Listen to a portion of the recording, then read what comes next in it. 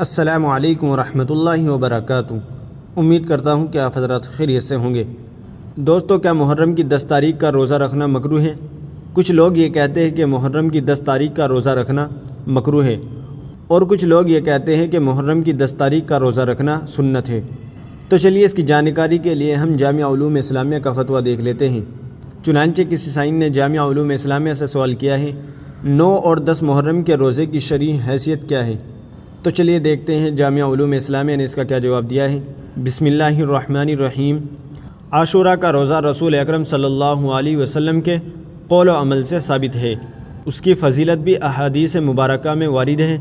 رمضان کے علاوہ باقی 11 مہینوں کے روزوں میں محرم کی 10ویں تاریخ کے روزے کا ثواب سب سے زیادہ ہے، اور اس ایک روزے کی وجہ سے گزرے ہوئے ایک سال کے گناہ صغیرہ معاف ہو جاتے ہیں۔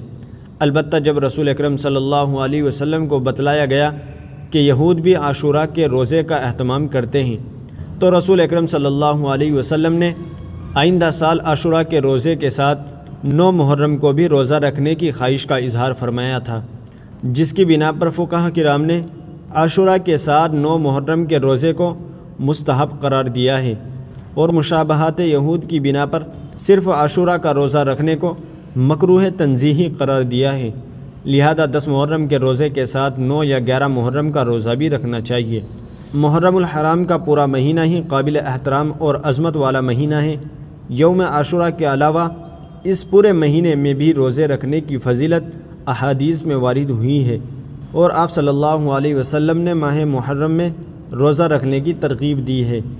حضرت ابو ہریرہ رضی اللہ تعالی عنہ سے روایت ہے کہ رسول اللہ صلی اللہ علیہ وسلم نے فرمایا، افضل ترین روزے رمضان کے بعد ماہ محرم کے ہیں، اور فرض کے بعد افضل ترین نماز رات کی نماز ہے۔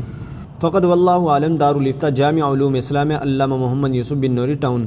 ناظرین، امید ہے کہ مسئلہ آپ کی سمجھ میں آ گیا ہوگا۔ ویڈیو کو زیادہ سے زیادہ شیئر کر دیجئے گا، اور ہمارے چینل کو سبسکرائب بھی کر دیجئے گا۔ تو چلیے پھر ملتے ہیں کسی دوسری ویڈیو میں۔ السلام علیکم ورحمۃ اللہ وبرکاتہ۔